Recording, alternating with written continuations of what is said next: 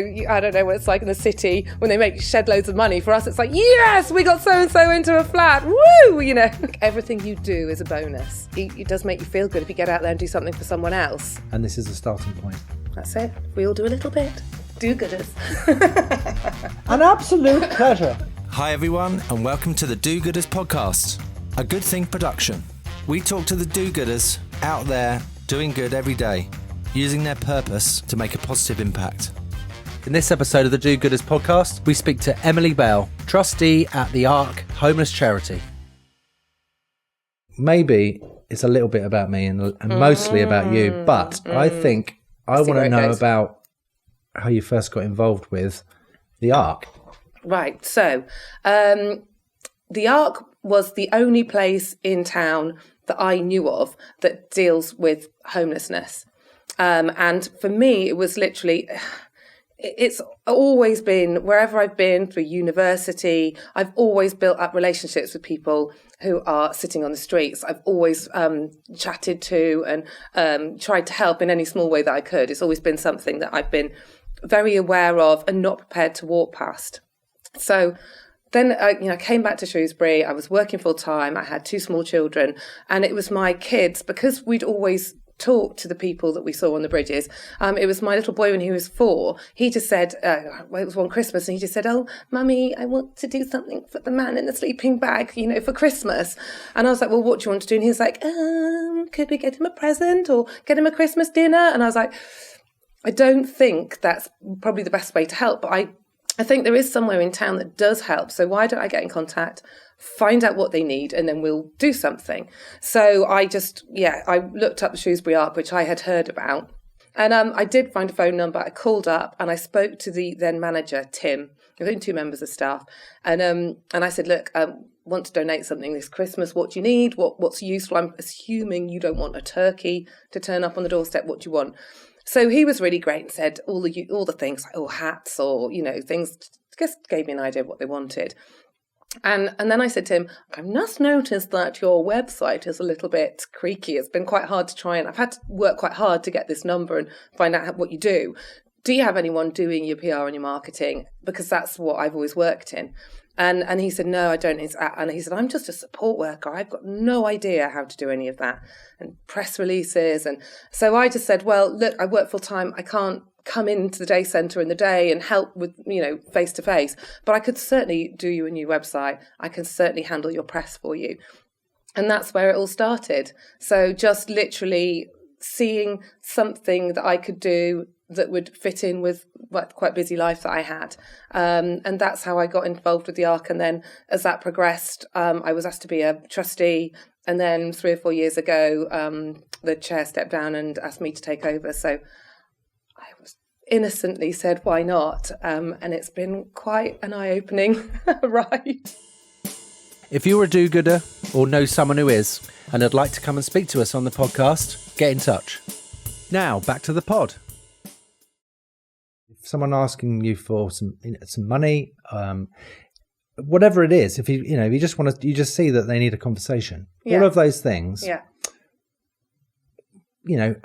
Can you just sort of explain a bit to me how you feel about what our role is in that situation? Yeah, sure. I mean, so you do what you feel you want to do. If you're not comfortable talking to that person, then don't make yourself talk to that person. But if you do feel that you want to help that person, then certainly donating to a charity like the Ark or Crisis or Shelter or one of the bigger organisations will provide support, and that will make you feel, okay, I didn't have the courage to go and speak to that person. I didn't know how to approach that person, but I feel for them and I'm doing something. I mean, in town, we've got contactless windows that you can touch. It takes, I think, £3 off, and that goes directly to the Ark. But you can give regularly to something like that. If, however, you actually want to talk to a person and get to know them, and it is an unbelievable privilege to know these people. It really is. They survive things that you or I could never survive. And they've always got a story, and generally, they're always very, very interesting. And they really like someone to talk to them. So, I mean, the thing is to just get down on their level. So, don't stand over them looking down and say, "Oh, hiya, introduce yourself, ask for their name," really important. And then say, "Look, I haven't got any money on me," because quite often we don't have money on us these days. And if you want to give them money, give them money. Know that will go to feeding an addiction. Just know that, because it will. And I don't have any judgment on that, because if I was on the streets, I would need a can to get through the night, or something stronger. Quite often they'll be sitting there and they'll have a pile of Greggs sausage rolls by the side of them, and a load of cold hot drinks that they don't want that always. So find out what they want, and then the next time you see them, you can go, oh, all right, so and so. Oh, how are you doing? Find out where they're sleeping. Quite often you can just say, what's your story? And that sometimes when you build that rapport up and you feel safe, you can say, do you want to come and get a drink with me? Do you want to come in? I mean, that's how I started as well, was just saying, you're really cold. Let's go inside. Just go into Costa. You're in a very public space. Do you want to come in with me? Quite often they won't want to. They might have an awful lot of stuff with them that actually moving around is really annoying. But it just makes them feel human. And certainly talking to people in the Ark about how the public are with them, when anyone shows them any kindness like that, it means the world. Because a lot of the time they get an awful lot of hatred. They really do get an awful lot of abuse. They get kicked, they get weed on, you wouldn't believe what people will do to somebody sleeping in a sleeping bag. They can be fast asleep and they'll get beaten up in the sleeping bag. So, we had actually somebody many years ago now, well, maybe 8 or 9 years ago now, who was murdered in his sleeping bag.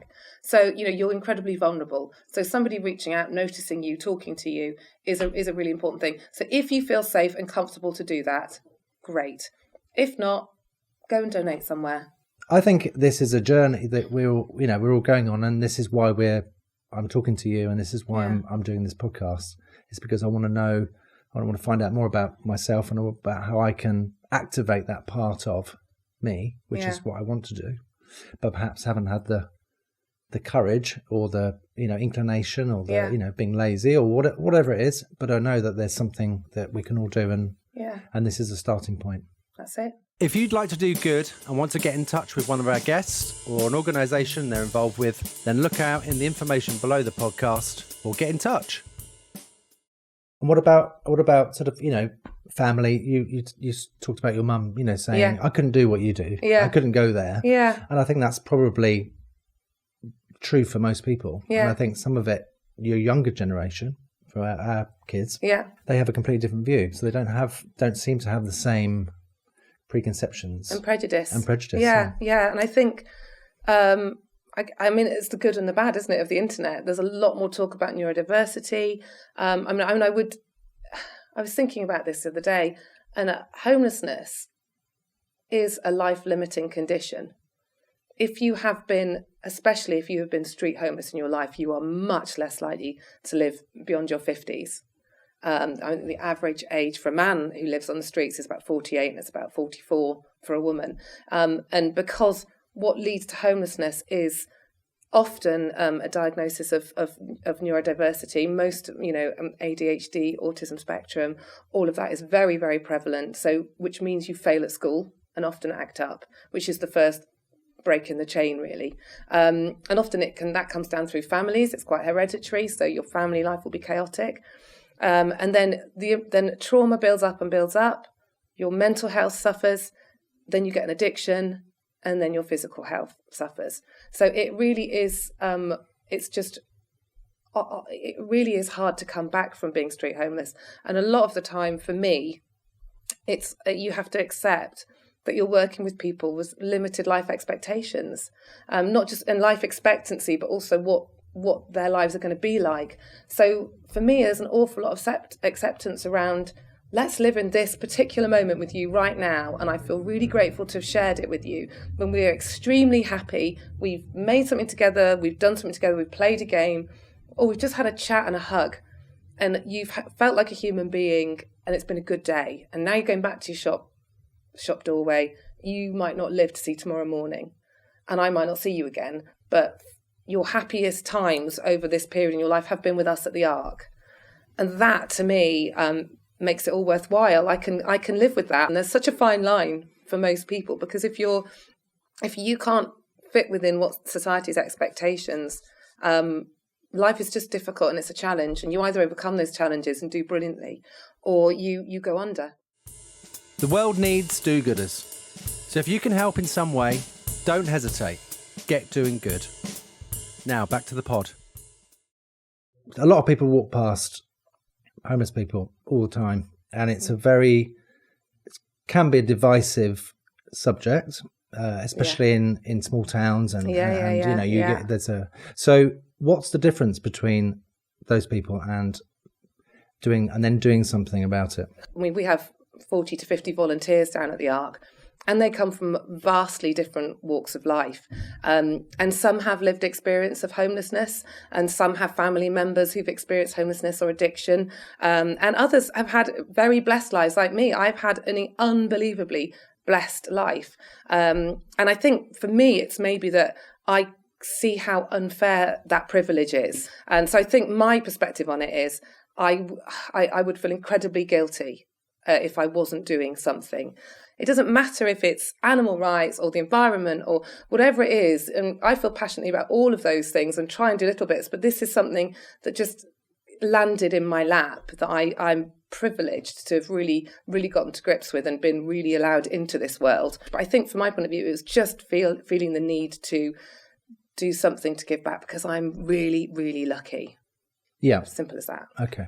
And it was this particular cause and this, these people and that was triggered by my son, I guess, by my children. Yeah. Because I think most children have huge empathy. They haven't become kind of jaded in life and kind of like, oh, there's so much suffering. I can't look at it. I just got to stare wide ahead and keep going. And I think a lot of people have a lot of their own struggles as well, which is why they can't really deal with what's going on. I think if things aren't great in your life, it's very difficult to do things for others. Although I would argue that it does make you feel good if you get out there and do something for someone else and get out of your own headspace and your own, oh no, my life's awful. I'm a personal development coach, and I certainly, when I'm looking at the whole person and what's making people tick or what's making them feel rubbish, and they can be hugely successful people, but really quite miserable. And quite often we build in something that is a volunteering aspect, something that they do that's not for them, that makes them feel like they're contributing and less guilty for all this fabulous riches and success that they've had. Because it can feel really hollow if you're not contributing. I always say I don't want to be sitting on a massive pile of gold staring down at loads of poor people, at the bottom who are desperate. Who wants that? Yeah. Got to try and even it out somehow. So does it matter why you do it? So a lot of people, I think, have a struggle with their motivation for why they're doing something good. Is it about how that makes them feel? How do they look to their community and the wider, their friends? Does it matter? Does it matter that? I don't think it matters one bit. No. And that's another thing that I've learned, and I know through coaching, we're all motivated by completely different things. And that's one of the first things I will do with a client I'm coaching. But I also do this quite a lot when I'm in the day centre with homeless people who are starting to rebuild their lives. It's what are your core values? Not what are the values that you think you should have, or what are the values that you want to be projecting and you want people to think you have. What actually makes you tick? And if money makes you tick, I'm good to go with that. If that's going to make you feel fulfilled as an individual, get you where you want to be so that then you can give back, we'll chase the money. If looking really good is incredibly important to you, I'm not going to belittle that. That's absolutely fine with me. Let's go with that, because you've got to find out what's important to you and then build around it. And I can think of certainly some people who are currently living on the street in Shrewsbury. And one lady in particular, she's unbelievably glamorous. And you can't believe what she can look like living in a sleeping bag in a doorway. And she can look very bedraggled when she comes in, but quite often she'll just want to spend a few hours in the Ark having a shower. Then we get the straighteners out, then we get the makeup out, there's the mirror, and getting her nails done. These things are so important, and she can look $1 million. And to her, that's game face, that's war paint.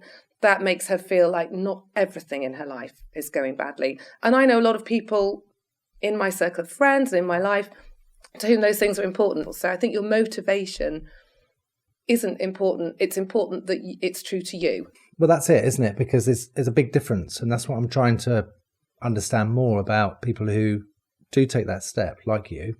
And essentially, we can all learn from some of that. So how do you think you find those values that are actually true to you? Because obviously there's a lot there's a lot about purpose going on at the moment and finding your purpose. Yes. So it doesn't matter when you find it, but how do you feel about that? It doesn't all come to all of us naturally. No.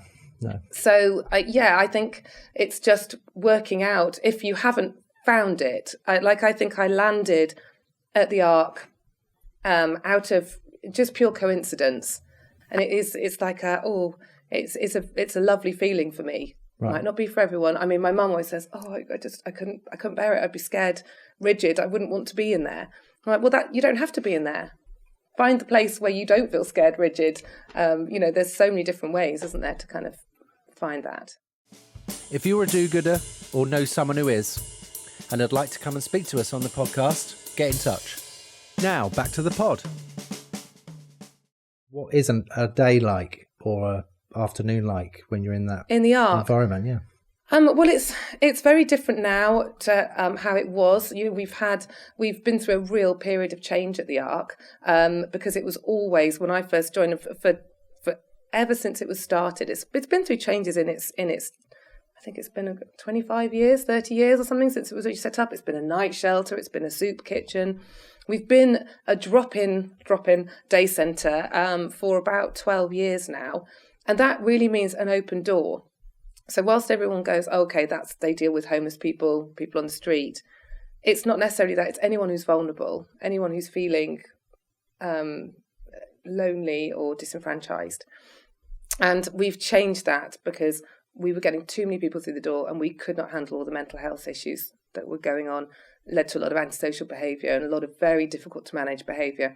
It wasn't helping the people in there. It wasn't safe for our staff or our volunteers.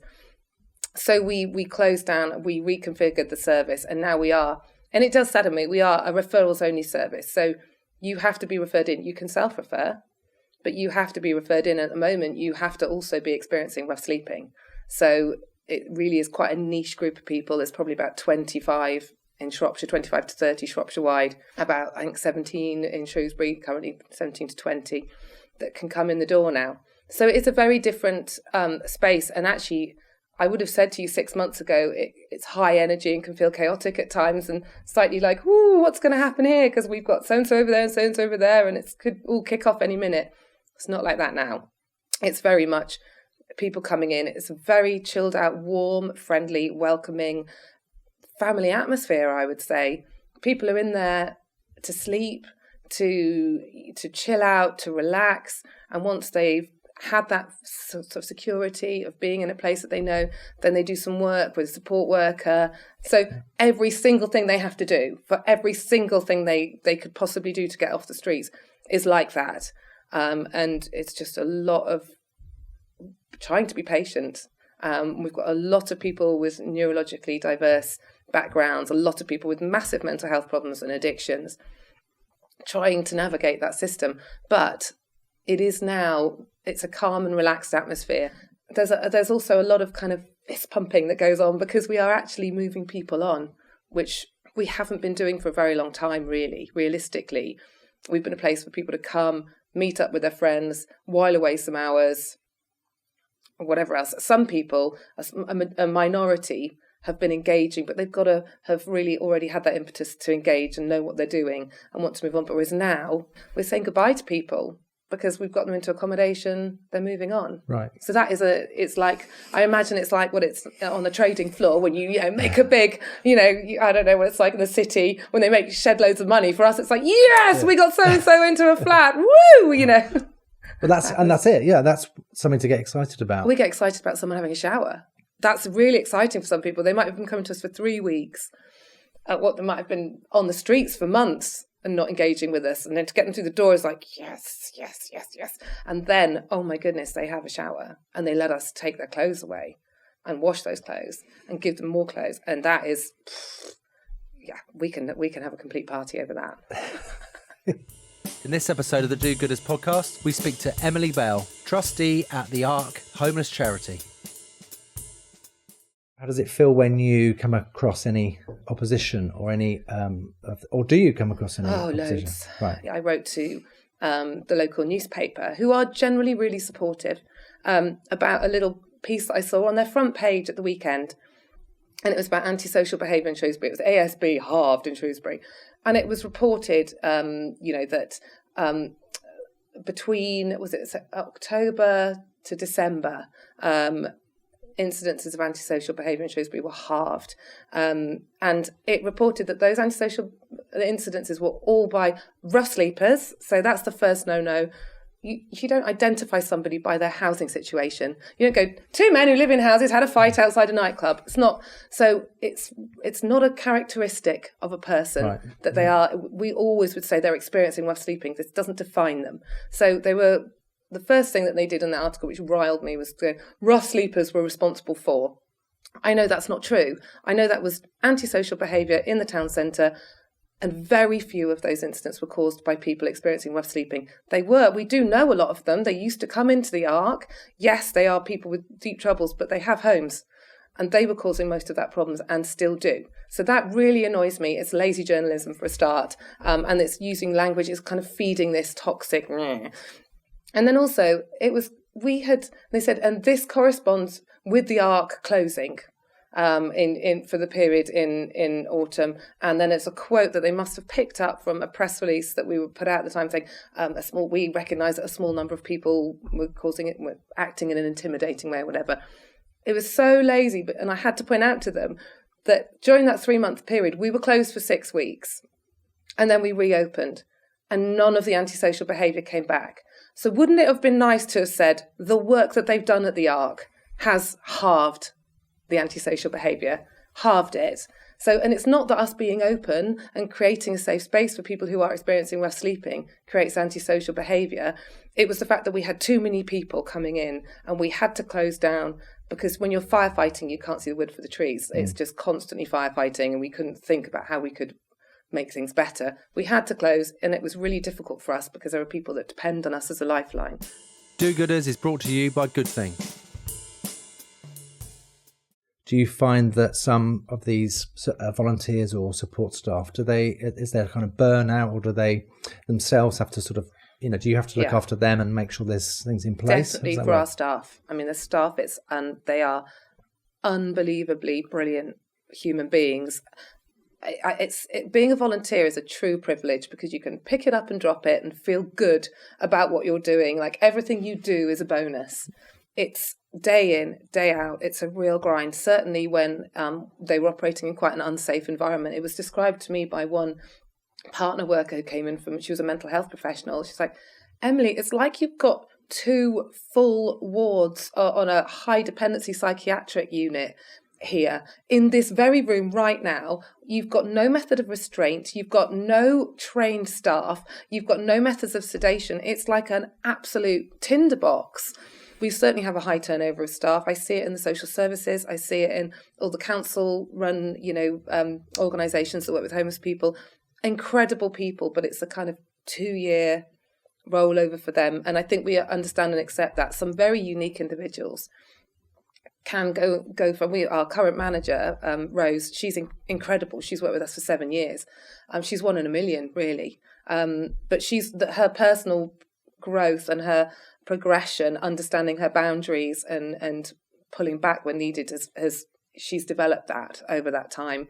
But generally, it's very hard to be in this line of work for a long period of time. You take on all the trauma as well, the things you hear, the stories. You can't really quite fathom them. As a volunteer, you can go home, you've got, the rest of 6 days of your week are probably extremely nice in your nice house with your lovely family and friends. The staff are there 5 days a week. It's hard. If you'd like to do good and want to get in touch with one of our guests or an organisation they're involved with, then look out in the information below the podcast or get in touch. So you've gone from being an open door policy to referrals. Yeah. So what is happening with the sort of wider problem of homelessness? Yeah. What are those, and do they two sort of, influence each other? Yeah, for sure. So the homelessness spectrum is massive, and I think there's a lot that people don't understand about that. There are thousands of homeless people in Shropshire, and that's people in temporary accommodation, that's people who are sofa surfing. It's not just the people on the street. The people on the street is a very small number, and bizarrely that number doesn't seem to change dependent. Like you would expect there to be a massive upsurge in street homelessness. But it's always been about 20 in Shrewsbury ever since I started working in the Arc, and it is still that, which is really, I mean, I don't know why. I have no explanation for it. What is definitely bulging massively is the hidden homeless. And if you can imagine what it's like living in a hotel where you've got a kettle. It's really, when people in COVID, when you had COVID and you had to go and live in a hotel for 2 weeks, and people went, oh my God, it's so awful. This is people living like that for years. Right. Families, you've got no kitchen. Trying to get a decent meal is just so difficult. And the mental health, the toll it takes on you is really severe. But if for us, for an organisation like the Arc, if we can pick those people up and get them back into permanent accommodation and a front door of their own quickly, you are really saving up a lot of issues coming further down the line. And they are much easier to pick up and turn over than somebody who's been street homeless for any amount of time, because the toll that takes on you mentally, and you will undoubtedly come out with an addiction just to survive on the streets. It's almost impossible not. So for us at the Arc, we're currently only open to street homeless. And that's working really, really well. What we next want to do, we're categorising clients. So that's category A. We will always be open to them. All of our day centre opening hours are for them. And then we've got Bs, who are temporary accommodation. We've got Cs, who are people in tenancies, but very, very precarious, who have probably been street homeless and are struggling and may lose those tenancies, so may become homeless again. And we're going to start opening up to them over the coming months, and it's going to be very much appointment-based. Why are you coming to us at the Arc? What is it you need support with? Do you need support to find permanent accommodation, to work with housing? Great. We have a housing officer that comes in on a Friday. We'll book you in an appointment there. We are not a kind of adult youth club for people to come in, hang out, drink, do whatever they want to do with their mates. We're not that. We're not that anymore. We're not even somewhere to come and have a nice cup of tea, because actually you need to be in there for a reason. This week's do-gooder was Emily Bell, doing amazing things for the homeless at the Arc in Shrewsbury. The reason why you're here is because you're a do-gooder, okay? Whether you like it or not. What I want to know, and what we all want to know, is how do we become gooder, if that's a word? And can you put that into top 3 things that you think we could all just do from now? So, for me, and I say it to my children all the time, if they're whinging about something, if you don't like it, then change it. So that was the real impetus for me, was not complaining about it or talking about it with people. It was finding a way to actually change that thing that you don't like. You might not be successful at it, but at least you can do some good trying. So I think if something doesn't please you, don't sit there and whinge about it, or don't let it get on you or your nerves. Go out there and find out what you can do to change it. That's all I would say. Is that good enough for an That's pretty good. That's pretty good. I think we said the word good enough. Gooder. Is I it think good enough? gooder, or is it good? Goody. Either way, thanks for talking to us today. Thank you, Warren. It's been an absolute pleasure. It has.